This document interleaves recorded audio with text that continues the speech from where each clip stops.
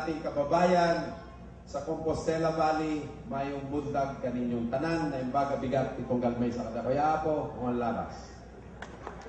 Nanahilo ka dyan. Basit lang. Hindi na maawatan yung Ilocano tayo ako. Kaya ba ka mo, makasabot ko Bisaya, hindi ko magbaligya. Pero dili mayong akong pagsulti kay usalag kulang. Kaniadtong batanon pa ko. Kaya ba mo kung unsay kulang? Wa ko'y uyab na nagtudlo sa akong Bisaya.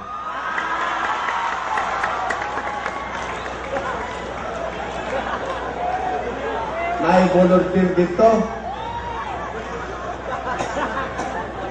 Tindog palihog ang mga volunteer na matulad.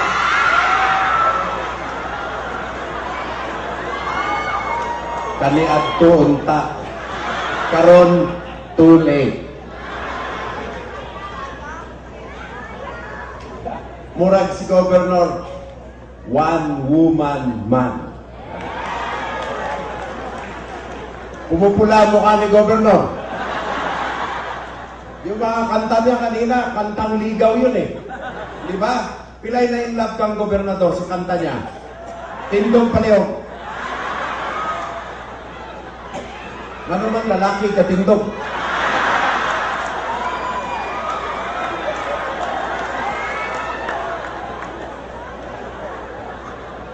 Pampagaan lang ho ng damdamin yun kasi medyo seryoso tayo masyado eh. Lalo-lalo na after yung song ni Governor, siyempre talagang naging romantiko. Napaka-romantiko ng mga tao dito eh. Dahil ba sa bulaklak? Dahil ba sa hangin, napakaganda ng hangin? Kahit alam nyo, pag dumadaan si Way Kurat sa Kongreso, lahat ng mga chicks sa Kongreso sumisigaw talaga na in love din sa kanya.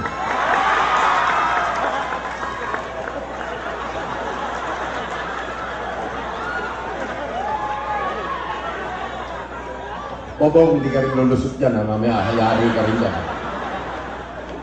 Kaya kami bigote. In love naman sila na bigote ni Governor Bobong. Ewan ko sa Cebuano yan eh. Sa Ilonggo, Buranguson ng tawag dyan. So, sa inyo pong lahat, binabati ko kayo unang-una sa ngalan ng aking kasama na si Vice President Edu Manzano. Magpapakita din siya sa iyo kasi team by team kami, nasa isang team siya. Darating mamaya, kasamahan ko. Hindi si Edu. At dito naman ako eh.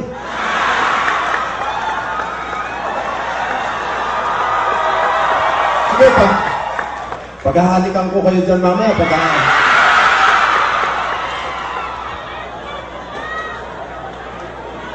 Joke lang ha.